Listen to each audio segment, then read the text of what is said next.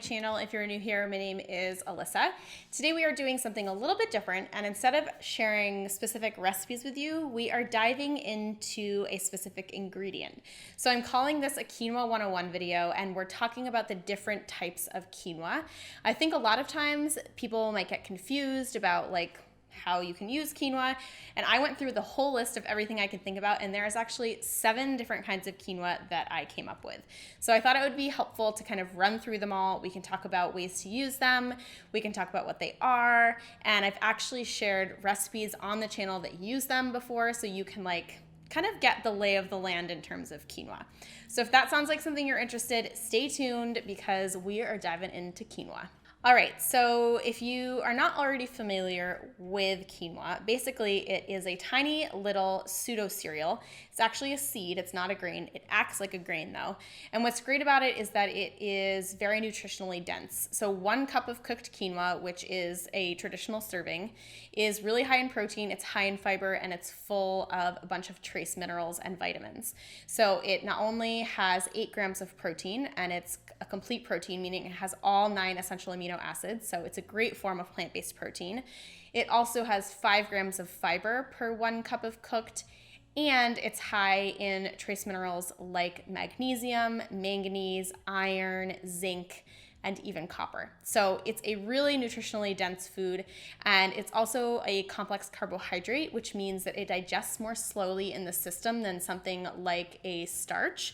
So something maybe like a potato or a white rice or something that's a little bit more starch heavy. Quinoa digests a little bit more slowly, meaning that it will keep you fuller for longer, it will keep you more satisfied, and it has longer lasting energy capabilities, I guess you could say. So it's a really great ingredient to incorporate into your life. Obviously, I love it. The brand is kind of named after it, although we do more now. But it is a really great ingredient, and I think that there are so many uses of it, which is why it's one of my favorite things to use. So today, let's talk about the different types of quinoa, and we'll just dive right in with number 1. So there's white quinoa. White quinoa is the most common form of quinoa. It's the one that you'll see the most frequently. It's definitely the one that you see the most recipes for. It's definitely the most common one.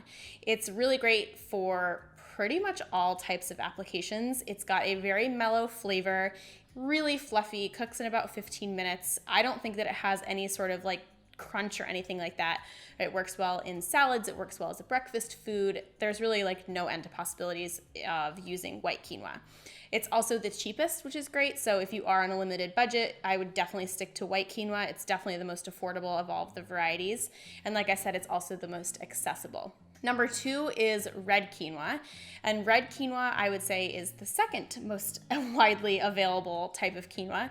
Similar to the white, it cooks up like you would make rice. The only thing is that it definitely has a different flavor and texture. I find that white quinoa is, like I said, fluffy and mild. Red quinoa is much crunchier. It has a denser texture.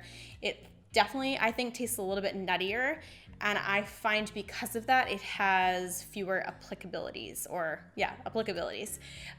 So I would say that it's great for salads. It's really good, mixed into a salad or a grain bowl because it's so crunchy. I don't love it for breakfast. I don't love adding it into my baked goods. I just feel like I can taste that texture.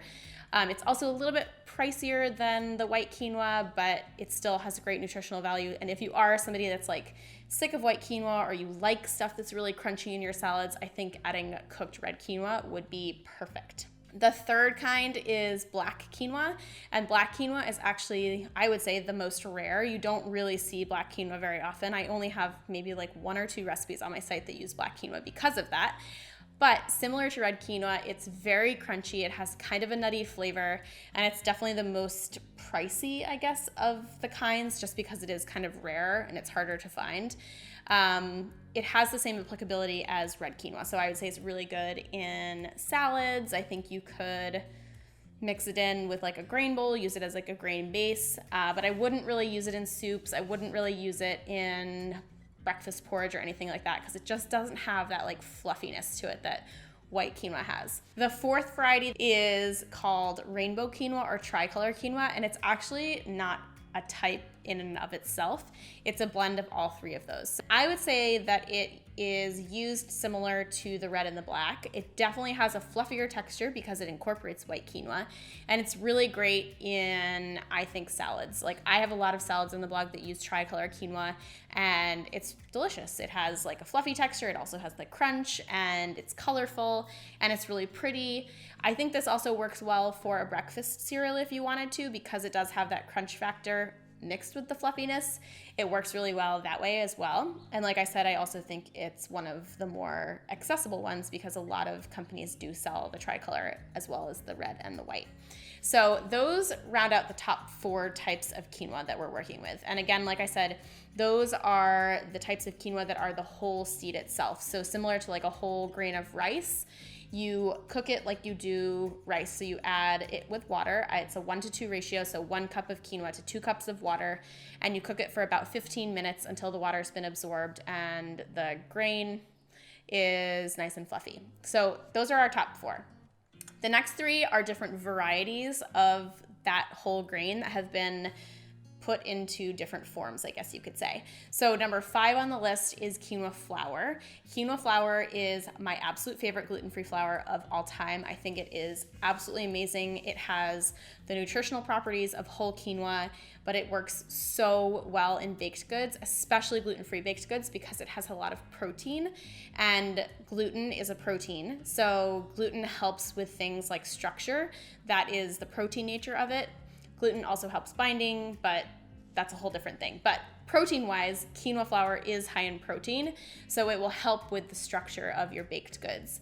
I also think that quinoa flour is a really like kind of light and easy flour. I use it all the time in my baking. I think it's one of the staple gluten-free flours that you should have in your pantry if you are on a gluten-free diet and you like baking. I just think it's the greatest. So quinoa flour is made out of whole white quinoa. So essentially they just take the whole quinoa seed, the white quinoa, grind it into a flour, and you use it just like that.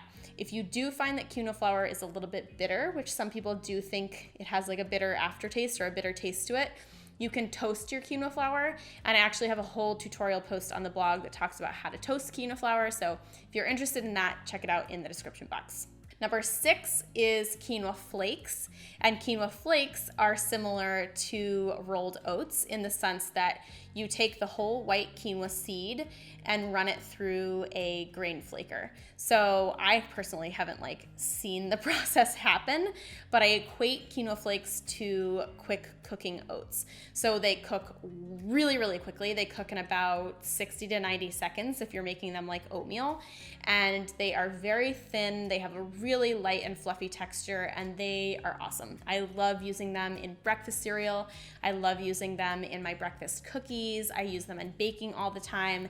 I think they're great. I think they're a really great way to sneak in some nutrition, and they're just like something that I always have on hand. And if you're especially looking for something that's quick and easy for the morning, a quinoa breakfast cereal using quinoa flakes is like the best. You can't beat it. And you can cook it just like you would oatmeal. Add in your liquid, cook it until it's thickened, and you're good to go. And like literally it takes about 90 seconds. So I have a bunch of ideas for using quinoa flakes if you've never used them before.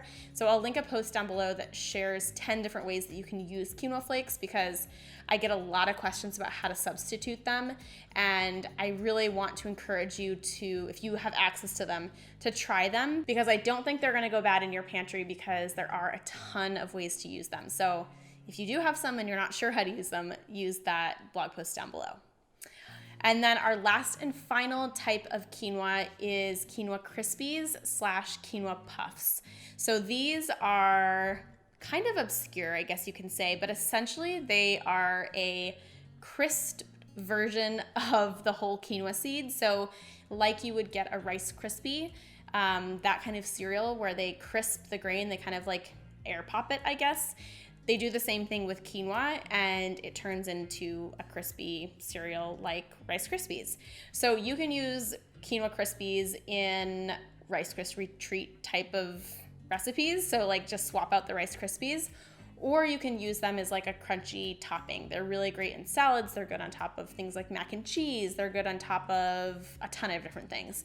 I think Quinoa Crispies are awesome. I use them a lot in granola, even just like a topping on a smoothie bowl. If you can't get access to Quinoa Crispies, because they're definitely a little bit harder to find, you have to buy them online. I've never seen them in a store. If you don't have access to them, then you can actually make Quinoa Crispies at home. I have a full tutorial on YouTube as well as on the blog that shows you how to make Quinoa Crispies. They're not the exact same as the kind you buy at the store, but they work really well, especially as like a topping to something. So I think they're great. They're really fun to work with. They're definitely like the lowest on my list in terms of like wanting to try them. I would say try all the other things that we've talked about today instead of the Quinoa Crispies, because you can make them at home. But if you are feeling adventurous, you want to try something new, then those are really great as well. And I will link a product down in the description box. If you live in the United States, you can order them on nuts.com. They're really, really awesome. And that rounds out our Quinoa 101 / different types of quinoa video. I hope you guys find it helpful.